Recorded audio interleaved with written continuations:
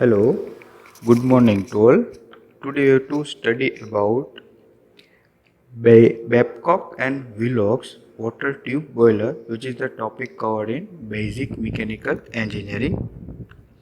In this video, we have to cover topic Babcock and Willock's boiler, features and characteristics, specification of boiler, introduction of boiler, construction detail, figure of Babcock and Willock's boiler, and working of Babcock and Willock's boiler. As per the last video, we have to discuss the types of boiler, how many types of the boiler, beta types of the boiler. There is a main two types of boiler are available: water tube boiler and fire tube boiler. If the water is passed through the boiler and flue gases pass surrounding the tube, that's called as a water tube boiler. If the flue gases pass inside the tube and water are passed surrounding the tube, that's we have to say as a fire tube boiler. Babcock and Willock's boiler are water tube boiler. Water are passed inside the tube. The boiler is a horizontal boiler also. The boiler is a work on natural flow. Features and characteristics of Babcock and Willock's boiler. The boiler is stationary.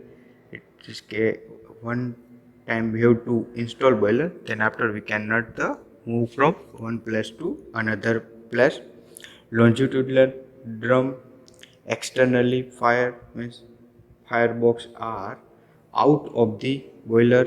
Natural circulation, water tube boiler, it is suitable for all types of the fuel, means we have to use any type of the fuel in combustion chamber for ignite the coil and produce the steam.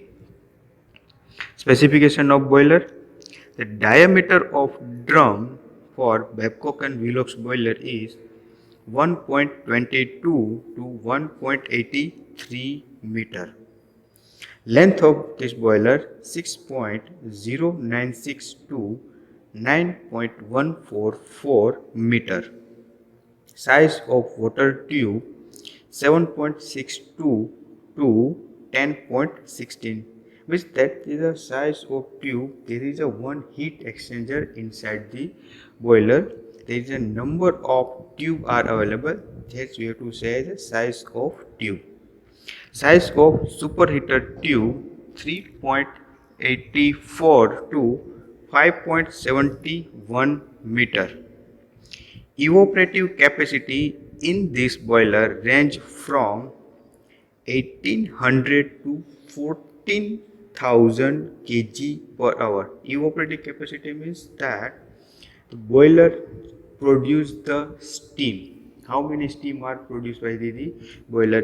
It's called a evaporative capacity. Babcock and Willock's boiler produces steam 1800 to 40,000 kg per hour. There is a unit kg per hour.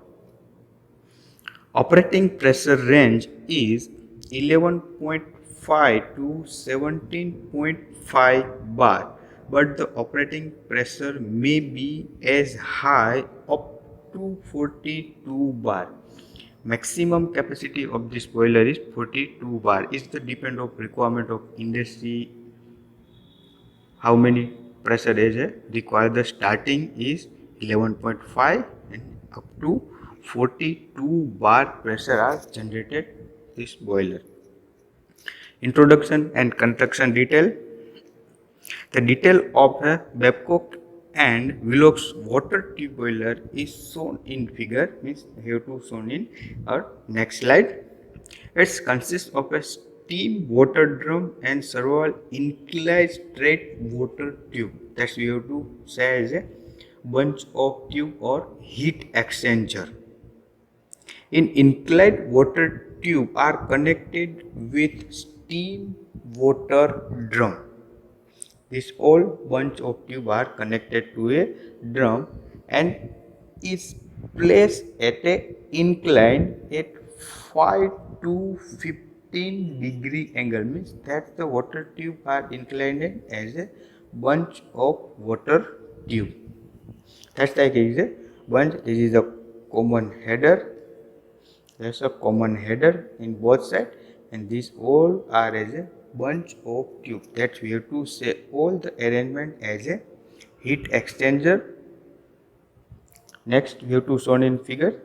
This is a heat exchanger where we have to produce a steam or gain a maximum heat inside the boiler. In this boiler, we have to first know all terminology of the boiler. This is a damper to control the flue gases which is the out from the boiler. This is a chimney. It's give a path to flue gases coming out from the furnace chamber to atmosphere. Blow off pipe. The working of blow off pipe is to remove the mud from the heat exchanger. Common header which gives the equally flow in all the tube. This is the one header for water inlet. This is the another header for water outlet from the heat exchanger.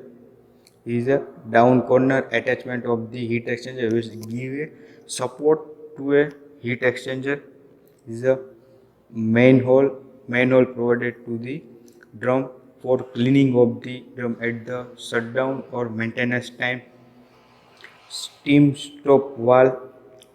Uses of steam stop valve, we have to give out the steam from the drum as a specific pressure. Anti-priming pipe. Work of anti-priming pipe is separate the water particle and steam coming out from the drum and water particle drain into the boiler. Safety valve, it's give a safety against the higher pressure. Steam and water drum, these all are called as a steam or water drum. Pressure gauge. Pressure gauge is to know the pressure inside the boiler. Water gauge, to know the water level inside the drum. Feed water inlet, we have to give water inside the tube. Due to the steam formation, we have to get the steam out from the boiler is to require to feed a new water inside the drum. Door is the door of furnace chamber to clean the furnace. You have to show as a furnace. This is the red particle. All are a burning of oil. That's all equipment and space we have to know as a furnace. Fire door. From this fire door, we have to add air into the furnace chamber to complete combustion of the coal. Fire gate. It's initially provided platform to burning of coal. This is the last thing is ash pit. Ash pit for we have to remove ash from the furnace chamber. That's all our component we have to know. There is a superheater to convert a saturated steam to superheated, where is a dryness fraction X is equal to 1. All the vapor particle are converted to the gas. Means we have to show as a water is completely in a white smoke at a higher pressure and more than 350 centigrade temperature. The steam is a superheated condition. There is a no any particle of water completely in a gas form. First we have to know all the terminology for this boiler. Second, we have to start. This is the furnace chamber where we have to ignite the coal. The coal ignite and produce many more heat inside the furnace chamber. The flow of flue gases is passed from furnace to heat exchanger, where we have to absorb the heat in the water and water get to temperature rise.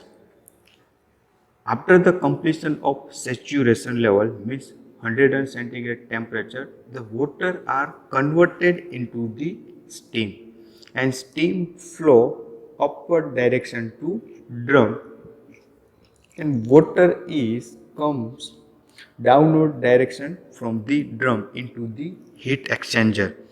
These are called as a natural flow of water. Then after the flue gases is passed through the next chamber of the furnace chamber to maximum recover of the heat. Then after this all the flue gases pass into the next partition of the furnace chamber, and last is rejected by chimney to atmosphere. This is the flue gas circuit. Second circuit is water circuit. We have to first apply water from feed water inlet to drum. We have to maintaining 60 percentage of the water inside the drum for a smooth operating condition. The naturally convey of flow, the water is passed from the tube to common header and heat up in the heat exchanger. Then after the heated water or it's completed of saturation level or up to 100 centigrade temperature, then after the water are converted into the steam, and water naturally flow upward direction due to the density difference and temperature difference. Then after this steam particle and water particle coming back into the drum. This circulation called as a natural circulation, and water goes to a temperature rise step by step and produces steam.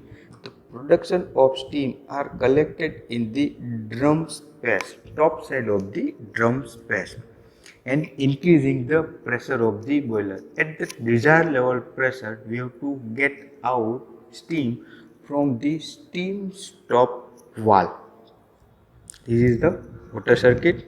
We have to go in a next slide. Working of Babcock and Willox water tube boiler. We have to discuss in previous slide. Path of flue gases. The hot gases from the furnace first raise the upward and then go the down and rise up against outside of the water tube before it finally come out in the atmosphere through the chimney. First, we have to ignite the coal in the first chamber, the main furnace chamber. Then, after the flue gases are passed through the second chamber to third chamber and third chamber to chimney, we have to give a more long path for a maximum heat recover from the furnace chamber in a flue gases. The flow path hot gases shown in the arrow outside of the tube during the travel by. They give heat to water and steam is formed. The maximum heat is gained by the heat exchanger and water are converted into the steam. Next, path of steam water circulation. The feed water is supplied into the drum by a feed water inlet pipe. As the water in the water tube near the uptake header come in the contact with the hot gas and higher temperature, the portion of water gets evaporated. The heat exchanger uptake header portion are directly contacted to a furnace chamber where is a higher temperature. This means the produce a steam and it's come into the back to drum. As a result of mixture of hot water and steam from the portion of the tube raise the uptake header and then arrive into the steam water drum. In the steam drum, the steam vapor escaped the water surface and collected into the upper half of the drum. We have to previous slide said that the water drum is filled up with the 60% of water and 40% are empty. Means we have to collect the steam in the upper half side of the drum. Thus the continuous natural cycle water of the boiler is completed. Superheater arrangement. The superheater is mounted on the bottom side of the drum and top side of the furnace, where we have to convert saturated steam to superheated steam. Means dryness fraction X is equal to 1. There is no any water or vapor particle available at this level. When the superheated steam is desired to produce the steam accumulated in the steam, the steam space in the drum is allowed to enter into the superheated tube via anti-priming pipe. The function of anti-priming pipe is to separate the steam and water particle. The flue gas is passing over the superheated tube and produces superheated steam. Superheated steam from the superheated tube is then finally supplied to the work generating device through the steam stop valve. At the superheated level, the steam is finally in a completely gas form. This steam is used for a further utilization work. Draft system to supply the air to grate is usually done naturally with the help of chimney. Draft means, what is the draft? Draft means the flow of air by forcefully or by naturally. If we have to say the forcefully draft, we have to put any exhaust fan to flow the air or any flue gases. That's called as a forced draft. Natural draft work in temperature and density difference. Then after the induced draft means we have to put the exhaust fan before the air entering in the box. That's called as a induced draft. Here the Babcock and Willox boiler is a work based on natural draft.